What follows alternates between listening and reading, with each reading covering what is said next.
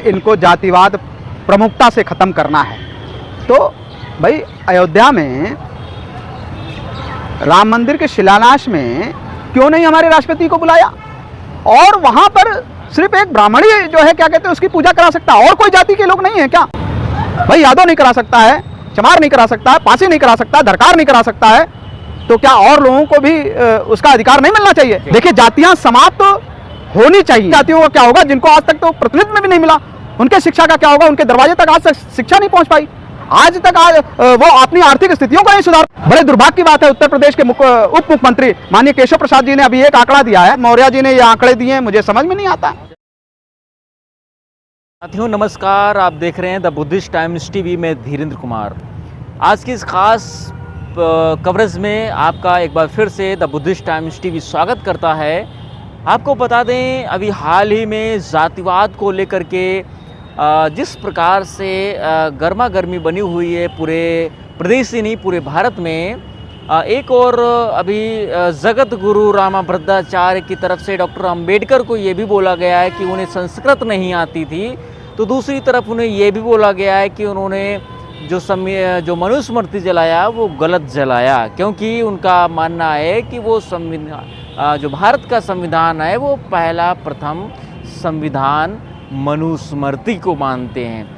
तो ऐसे कुछ इम्पोर्टेंट बिंदु हैं जिनको लेकर के हम आज वार्ता करने वाले हैं, बात करने वाले हैं। विशेष रूप से अभी उत्तर प्रदेश में जो जातिवाद को लेकर के सार्वजनिक स्थलों पर रैलियों पर जो प्रतिबंध लगाया है, जो जातियों का बढ़ावा देती हैं, जातीय हिंसा को बढ़ावा देती हैं, एफआईआर में जाति लिख करके जातिवाद का बढ़ावा देना, इन सारे मुद्दे पर हम बात करेंगे और जानेंगे क्या सिर्फ एफआईआर में जाति ना लिखना और सार्वजनिक स्थल पर जातियों को रैलियों के माध्यम से बंद करना, क्या सिर्फ इसी से जातिवाद खत्म हो जाएगा भारत में? आइए इन सभी बिंदुओं पर हम प्रकाश डालेंगे। इस वक्त हमारे साथ में मौजूद हैं धाकड़ संतोष धरकार।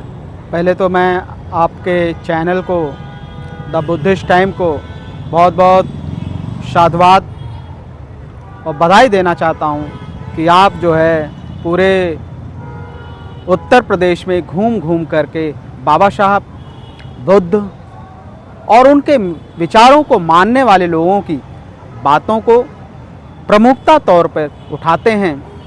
और लगातार मैं देखता भी रहता हूँ कि आप कभी बिहार बोध गया के आंदोलन को लेकर के और कभी पुस्तक मेले में भी और महापुरुषों की किताबों को लोगों को बताने का भी जो काम करते हैं, जिससे जो है समाज में वो तबका जिनको कभी पढ़ने का अधिकार नहीं था, जिनको कभी पानी पीने का अधिकार नहीं था, जिनको कभी मंदिरों में जाने का अधिकार नहीं था, ऐसे समाज को किताबें पढ़ने का जो अधिकार मिला वह बाबा साहब की देन है। बाबा साहब ने संविधान में वो ताकत दी जिससे आज आईएएस, पीसीएस, डॉक्टर, बैरिस्टर जैसे पदों पर आरक्षण की बदौलत, संविधान में दिए हुए आरक्षण की बदौलत IAS, doctor, engineer, PCS, barrister, professor जो बने हैं वो आरक्षण की बदौलत, और ख़ासकर वो समाज जिसे कभी पानी पीने के लिए भी संघर्ष करना पड़ता था, मंदिर में जाने के लिए भी संघर्ष करना पड़ता था, यहाँ तक कि स्कूल में घुसने के लिए भी संघर्ष करना पड़ता था, ऐसा समाज जिसको बाबा साहब ने संविधान में लिख करके राइट दिया, और उसी की बदौलत बहुजन समाज जिसको हम अनुसूचित जाति और पिछड़ी जाति भी कहते हैं, उनको भी बाबा साहब ने ही राइट दिया। यहाँ तक कि महिलाओं को, वह महिलाएं जो कभी घरों से नहीं निकलती थीं और उनके साथ कितनी जातियां या कितनी कहें जातिवाद चरम सीमा पे था, और उन महिलाओं को भी बाबा साहब ने जो राइट दिया, और आज वह भी आईएएस से लेकर के डॉक्टर, इंजीनियर, पीएचडी और तमाम विभिन्न पदों पर आज महिला देखी जाती हैं। आज जो है सड़कों पर तमाम देख सकते हैं कि हमारी माताएं, बहन, बेटियां जो है आज पढ़ लिख करके सड़कों पर दिखाई देती हैं। लेकिन वही महिलाएं डॉक्टर अंबेडकर को जानने से वो जो है उनको पहचानने से इनकार करती हैं कि अंबेडकर कौन थे, अंबेडकर ने क्या किया है, उनके लिए क्या किया है। देखिए, ऐसा है, जो महिलाएं शिक्षा से दूर थी, उन महिलाओं को पाखंड ने इतना जकड़ दिया था। भाई, ये पूरे देश में पाखंड इतना जटिल समस्या है, और वो समस्या से निदान सिर्फ बाबा साहब ने दिलाया, और खासकर महिलाओं को जो शिक्षा लेने का अधिकार भी मिला, वो बाबा साहब की देन है। और अगर बाबा साहब ना होते, या मैं कहूँ कि माता सावित्रीबाई फुले अगर उन्होंने पहली प्रथम स्कूल का स्थापना अगर ना की होती, तो शायद आज महिलाओं को भी शिक्षा लेने का अधिकार ना होता। तो मैं माता सावित्रीबाई फुले को याद करते हुए, और मैं तमाम उन महिलाओं से भी आग्रह करूंगा कि माता सावित्रीबाई फुले को पढ़ें और उनकी प्रेरणा लें, और प्रेरणा लेने से ही, और बाबा साहब का एक कथन भी है, शिक्षा वह शेरनी का दूध है, जो पीता है वो दहाड़ता है। जरूरी नहीं है कि हम सिर्फ स्कूली किताबें पढ़ें, हमें और तमाम किताबें, भाई इतिहास के बारे में या समाज के बारे में तमाम महापुरुषों ने लिखा है, उन किताबों को महिलाओं को खासकर पढ़ना चाहिए। और खासकर जिन महिलाओं में अंधविश्वास ज़्यादा है, उन महिलाओं को एक बार मनुस्मृति को पढ़ना चाहिए। और जिस दिन महिलाओं ने मनुस्मृति पढ़ लिया, उस दिन वो पाखंडवाद से दूर हो जाएंगी। अभी हाल ही में जगत गुरु रामाभद्राचार्य, अपने आप को कहने वाले महान संत कहा जाता है उन्हें, और उन्होंने एक टीवी शो के दौरान उनसे जब सवाल किया गया कि आप जो है मनुस्मृति को कैसे देखते हैं, तो उनका जवाब था कि जो है मनुस्मृति भारत का पहला संविधान है। और वहीं जब दूसरा सवाल किया गया डॉक्टर अंबेडकर ने मनुस्मृति क्यों जलाई थी, तो उन्होंने जिस रूप में जो जवाब दिया है, तो वो बड़ा ही चिंतनीय और गंभीर बना हुआ है। तो इस पर क्या कहना है? देखिए, ऐसा है, जिस व्यक्ति को आँख से दिखाई ना दे और जन्मजात वो अंधा हो, उसको क्या शिक्षा का महत्व पता चलेगा?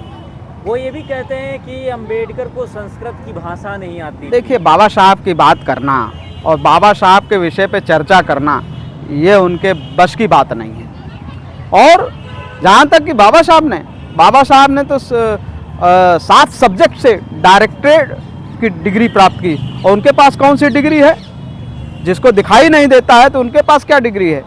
वो एक पाखंडी बाबा है, जो समाज को गुमराह करने के लिए लगातार ओछी बातें करते रहते हैं। और बाबा साहब के प्रति जिस प्रकार से टिप्पणी की उन्होंने, ये बड़ी निंदनीय देखा जाता है। भी कहते हैं कि मनुस्मृति तो महिलाओं के लिए बहुत अच्छा संविधान था, महिलाओं के लिए सम्मान देती है। तो वहीं दूसरी ओर डॉक्टर अंबेडकर ने महिलाओं के लिए जो सबसे भद्दी तरीके से जो मनुस्मृति में लिखा हुआ था, इसको देखते हुए बाबा साहब ने उसको संविधान मनुस्मृति को जलाने का काम किया। देखिए, मनुस्मृति अगर उन्होंने पढ़ी होती, क्योंकि उनको दिखाई तो देता नहीं है, तो पढ़ेंगे क्या? अगर उन्होंने पढ़ी होती तो इस प्रकार से जो इन्होंने महिलाओं के लिए कहा है वो ना कहते, क्योंकि मनुस्मृति में साफ लिखा हुआ है कि महिलाओं को शिक्षा लेने का अधिकार नहीं है। और इसके बाद यहाँ तक कि महिलाओं को जो है स्तन ढकने का अधिकार नहीं था। तो ये कैसा, मतलब मनुस्मृति में तो साफ लिखा हुआ है कि जो है क्या कहते हैं आप, वही महिलाएं थी, मैं आपको याद दिलाना चाहता हूँ कि वही महिलाएं थी जो हाथ में माइक लिए और टीवी डिबेट शो में रामा भद्राचार्य के से सवाल कर रही थी, क्योंकि वही महिलाएं थी जिस समय महिलाओं को स्तन ढकने पर टैक्स दिया जाता था। तो आखिरकार वो महिलाएं ऐसे सवालों पर रामा भद्राचार्य से सवाल कर रही थी और वो आराम से सुन रही थी, उसका कोई सटीक जवाब उन्होंने। देखिए ऐसा है, कैसे देखते हैं इस मीडिया को, कैसे देखते हैं? देखिए आजकल की जो मीडिया है, कौन सी मीडिया? गोदी मीडिया। गोदी मीडिया, खासकर ये मीडिया जो है इसको पूंजीपतियों की गुलाम है। क्योंकि इनका जो पूरा स्ट्रक्चर है जी, वो अभी अगर जांच करा ली जाए किसी भी ब्यूरो चीफ की, बड़े पत्रकारों की जी, तो उनके पास पहले क्या था और आज 11 वर्षों में क्या है, इससे पता चल जाएगा कि गोदी मीडिया कितनी बिकाऊ है। भाई खबरें आज जो है, जनता की खबरें कौन उठा रहा है? गोदी मीडिया। सबसे ज्यादा अगर कोई जनता की इस वक्त खबर उठा रहा है तो वो सोशल मीडिया, डिजिटल मीडिया के माध्यम से, सोशल मीडिया, यूट्यूबर और तमाम ऐसे जो है छोटे छोटे जो पत्रकार हैं, मैगजीन है, और खासकर अब तो बहुत ऐसे ऐसे वो आ गए हैं जिससे जो है आप तुरंत पता कर सकते हैं।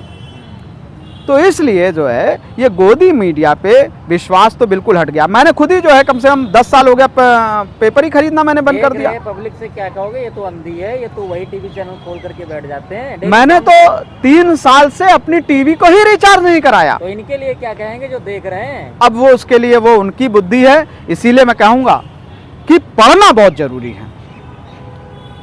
जो व्यक्ति पढ़ेगा वही अपने अधिकार की बात करेगा। लेकिन लोग तो कह रहे हैं कि पढ़ने से ज्यादा पैसा जरूरी है। देखिए तो पैसा ही मायने नहीं रखता। शिक्षा सवालों को जन्म देती है और पैसा बुद्धि को भ्रष्ट भी करती है। इसको भी समझना होगा। ज्यादा पैसा आ जाएगा तो आदमी की गलत आदतें हो जाएंगी,